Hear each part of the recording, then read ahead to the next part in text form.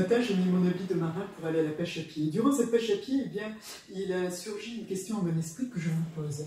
Quel est le lien entre Jessica Watson, une sportive australienne, Vaiana, une jeune adolescente née dans les studios de Walt Disney, et Bruce Lee? Ce qui me vient à l'esprit en premier, eh bien, c'est l'audace. Et en dehors de cette audace, quoi d'autre? L'autre lien, c'est que Jessica, Bruce Lee et Vaiana ont passé plus de temps aux commandes de leur voilier sur les océans que sur un lac. Jessica Watson est une férue de la mer et surtout, elle a un rêve depuis toute petite, c'est de faire le tour du monde aux commandes de son voilier Pink Lady.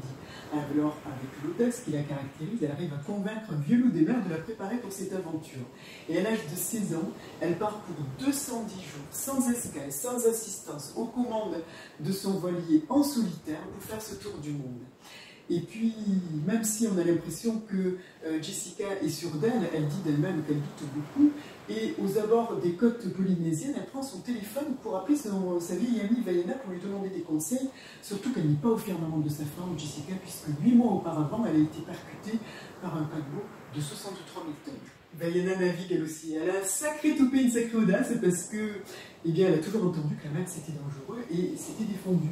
Alors que, eh bien, toutes les personnes de ce peuple ont navigué pendant des années sans problème. Alors elle écoute intensément les propos de Jessica et il lui vient cette histoire eh bien, de Bruce Lee qui l'a beaucoup inspiré à Vaiana. Et donc Bruce Lee s'entraînait aux années 60 et il était aux prises à des tourbillons émotionnels assez intenses. Et pourquoi ce jour-là et pourquoi pas un autre, eh bien, son maître lui dit de prendre ses affaires et de quitter le dojo. Alors fou de rage et plein de frustration, Bruce Lee prend son voilier et il prend la mer. Et pendant plusieurs heures, il déverse sa rage, sa colère, en tapant du poing dans l'eau. Et là, il se rend compte eh bien, que l'eau bouge un peu et qu'elle reprend instantanément sa forme première. Et il apprend à ce moment-là eh bien, à surmonter son besoin de contrôle et à s'adapter. Il apprend à travailler avec l'environnement plutôt que contre. Nous voulons tous faire un beau voyage dans nos vies, n'est-ce pas? Pour certains, larguer les amarres, c'est plus facile que pour d'autres.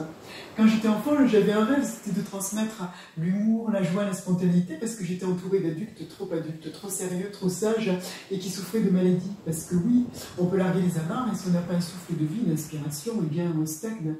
Eh bien, depuis 10 ans, je vis un beau voyage, puisque je suis psycho-hypnothérapeute, et j'accompagne tout un chacun à se connecter à son flow. Ce flow, eh bien, que l'on retrouve chez les sportifs, eh bien, comme Bruce Lee, et puis ce flow aussi qui est un état naturel que les enfants connaissent, puisque ce flow nous connecte à notre imaginaire, notre créativité, et nous aide à trouver des solutions à chaque instant.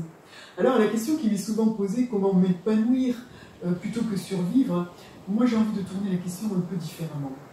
Et je vous la pose. Comment vous abordez, vous, le changement? Est-ce que c'est plutôt une expérience extrême ou c'est plutôt une opportunité? Eh bien, laissez-moi vos commentaires et je serai ravi de les lire. Et c'est un sujet que je vais aborder le 14 octobre 2023 à la Journée de l'Audace à Genève.